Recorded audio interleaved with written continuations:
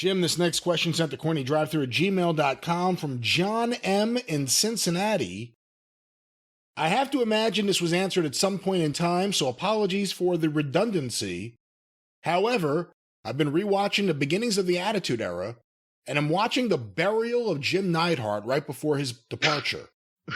I'm wondering if Jim could speak on whether Jim Neidhart, I guess it would be there, if Jim could speak on whether Jim Neidhart asked to leave or was asked to leave, as well as what the climate was surrounding this particular angle with him joining DX after they had been so cruel to the Harts and himself, both on screen and in kayfabe.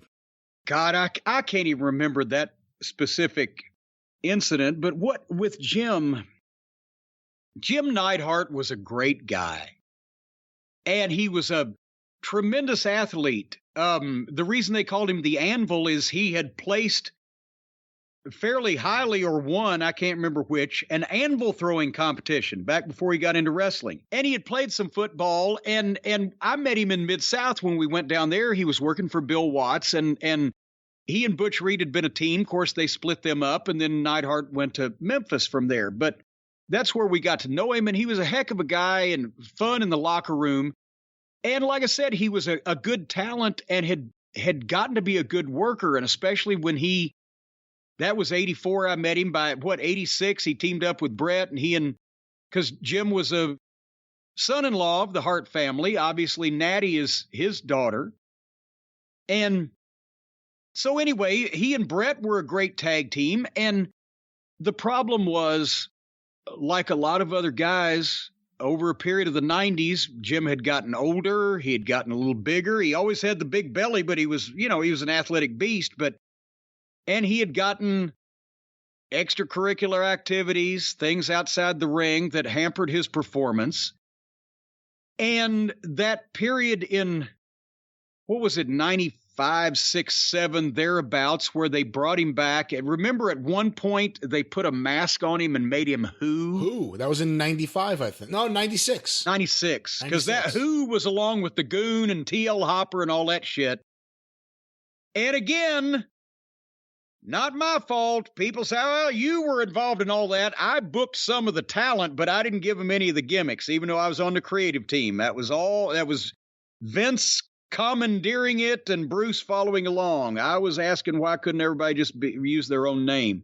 But with Neidhart, it was a different issue than with the other guys because they knew he was not in a good place, and they had given him a job because he needed one as a favor to the rest of the Hart family.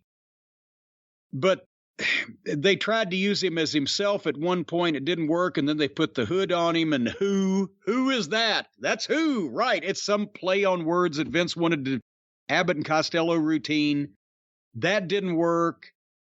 Then it was several stops and starts. He had some injuries at that point, and I think he had potentially some other substance issue.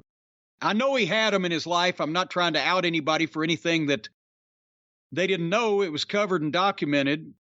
But just the time frame, I think it was not a good time for Jim. And I think then later on he went to WCW when Brett went down there, did he not? He did. Briefly, and it didn't work out either. He was having personal issues that was not beneficial to his career. But so I can't say anything bad about Jim, but he was not, at that particular point in time, he was not the performer that he once was, and he had other things going on. So that's why all that craziness was happening. They would every once in a while, the office would try to give somebody that had obviously had the credentials in the past and that was connected to or meant something to some of the current talent. They'd try to help them out, but it didn't work out in a lot of cases. Terry Gordy was another one. Everybody. I mean, Vince had never known Terry Gordy, but Jim Ross had, and I had, and Bruce Pritchard had, and everybody was pulling for Terry. And what was that, 96, 97, right after he'd worked for me in Smoky Mountain, everybody was pulling for him to make it all the way back. And so they went and, I think Jim Ross was pretty instrumental.